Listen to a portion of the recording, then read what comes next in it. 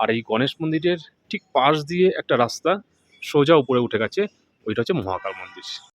দার্জিলিংয়ে যারা মহাকাল মন্দির দর্শন করতে চান, জাস্ট ম্যালের থেকে একটুখানি এগিয়ে এসে বেশ খানিকটা সিঁড়ি বেয়ে উঠতে পারলে কিন্তু আপনি দর্শন পাবেন মহাকাল মন্দিরের।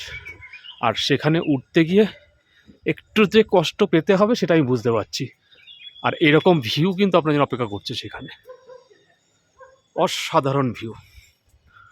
অনেক বয়স্ক লোকেরাও হেঁটে হেঁটে উঠছেন, যদি আপনার শরীর সাথ দেয় সেক্ষেত্রে আপনি কিন্তু এখানে উঠতে পারেন। এটা দিয়ে সোজা উপরে উঠে এলে আপনি প্রথমে দর্শন পাবেন মা কালীর একটা মন্দিরের, তারপরেই আপনার সামনে রয়েছে মহাকাল মন্দির। যে আমাদের এত কষ্ট করে উঠে আসা তার সার্থক, সেটা হচ্ছে এই মহাকাল মন্দির। ওম নমঃ শিবায়। আর এই মহাকাল মন্দির ঘুরতে ঘুরতে আপনি দেখে নিতে পারেন আরও বেশ কয়েকটা ছোট ছোট।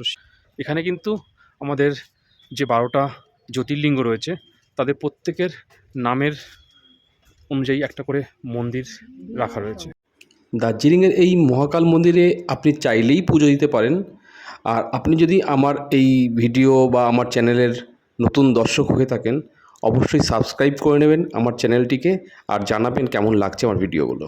সো সঙ্গে থাকুন, দেখা হচ্ছে খুব তাড়াতাড়ি নতুন ভিডিওতে।